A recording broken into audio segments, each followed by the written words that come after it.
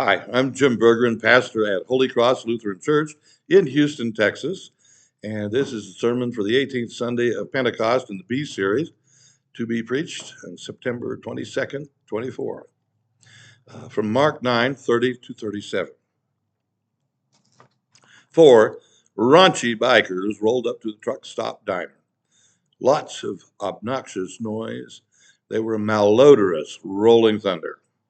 They sauntered over to a trucker who had just gotten his meal and demanded his booth. He refused. They dumped water over his head and threatened to put him in the hospital. He was outnumbered, so he left. They were laughing about it, hooting and hollering, and yelled at the waitress, "He wasn't much of a man, was he?" She said, "No, he wasn't. And he's a really bad driver, too. He just ran over 4 motorcycles on the way out to the interstate." If we can't win the contest, at least we'll get even. The contest concerning who's the greatest is typical of carbon-based organic life. Rudimentary hierarchy has been a feature of life for hundreds of millions of years. Male birds seldom quarrel over females. The female bird will gravitate toward the male, whose song claims the most territory. The main battle is over real estate for roosting and feeding. I watched a squirrel last week, vocalizing vociferously from a high branch of the tree. I was convinced that it was a really bad sounding love serenade. Looking around, I couldn't see a female squirrel anywhere. Then I noticed a cat on the ground on the other side of the courtyard. The squirrel was serving notice to a cat twice its size. "This is my territory. I'm the boss of the tree." The cat, like most cats, was whatever. "I wouldn't consider climbing your tree unless there was 100 pounds of dog chasing me." The squirrel is in a contest for greatness in a certain space. The cat, not interested, too tired to bother, too full from eating those Baskin Robbins. Even national boundaries mark the place where two gangs lost interest in the contest, or were too sick and exhausted to continue, like World War I and Spanish flu. So they call for a cessation of hostilities and make a bunch of ick marks on paper and draw new maps to celebrate the occasion. And nervous troops will be left at the new border to enforce the new maps. How novel. Dogs go through this process of marking territory faster and a lot more efficiently. And for them, finally deciding where the lines are is relieving. It's not just military adventures, but in every discipline. The history of science and philosophy and religion is a roadmap to contests for greatness. All of them define reality in different ways. All of them enjoy internecine contests for greatness. Big trick is to get them to appreciate and cooperate with each other, with other viewpoints. A contest for greatness always has casualties, triumphant winners and vanquished losers. Cooperation builds community in life. The contest is entertaining and distracting. Watching politics these days is more fun than watching the NFL, with an important difference. If you break the rules in football, you get a penalty. If you break the rules in politics, you get rich and famous. Not long ago, a great African American leader completed his life's mission. And it's always a tragedy to lose a rare voice of reason, crystal clear thinking, and sanity in a conflicted world. A great man, deep thinker, Dr. Walter Williams was a professor of philosophy and economics at Temple University, Stanford, and George Mason University of Virginia. A prolific writer, one of his quotes is, "Politics is the art of looking for trouble, finding it everywhere, diagnosing it incorrectly, and applying the wrong remedies. He stepped outside of the competitive loop and sought cooperation with humor. Jesus stepped outside of the competitive loop with a different measuring system. He tried to bring his disciples out of the contest for greatness and into the cooperative passion for service. In effect, he flipped the pecking order. Disciples are discussing who's going to gain most in the social status in the new kingdom that Jesus is going to usher in. Even in the in group, internal squabbles over honor status. I just come back to Houston from 4 years in the mountains. I went to a long-standing weekly pastor's pericope study. Introductions were made all around. One pastor gave his name and said, "I'm the oldest here and recently returned from planting mission churches in Asia. So I'm the senior pastor." Up until then, I hadn't even considered that idea. But the devil wanted me to engage in the contest and retort, "I'm Bergie, and I've ministered to satanic bikers, an Episcopalian ex-president of the United States of America who'd read the lessons for me on Sunday morning. That range of service makes me better." But I kept my big mouth shut.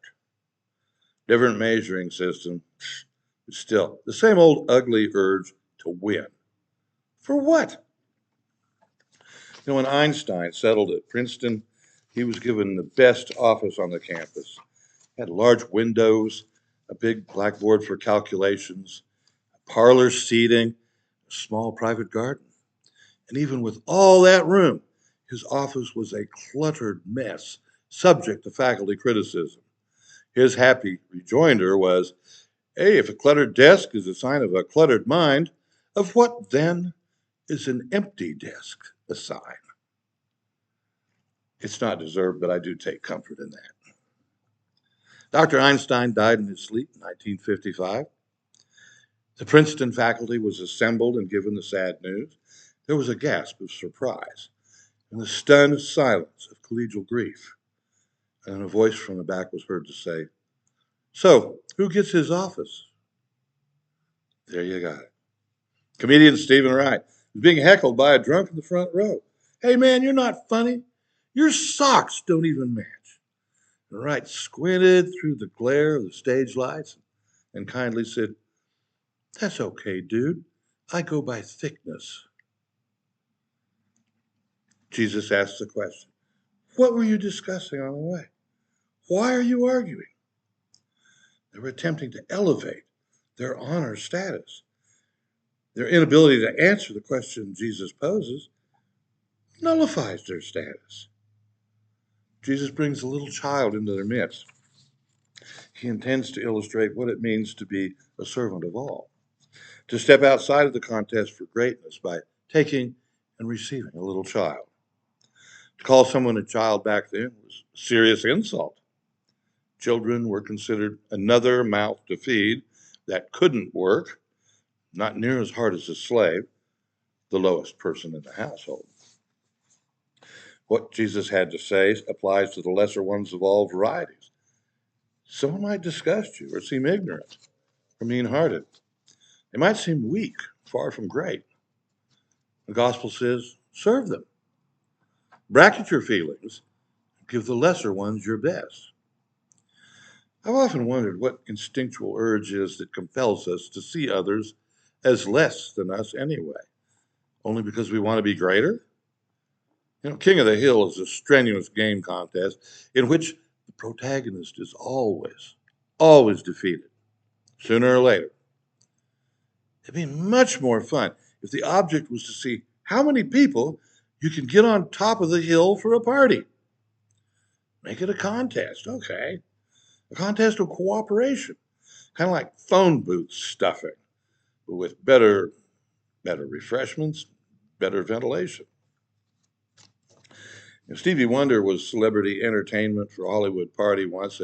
Lots of greatness there, competing for greatness, something.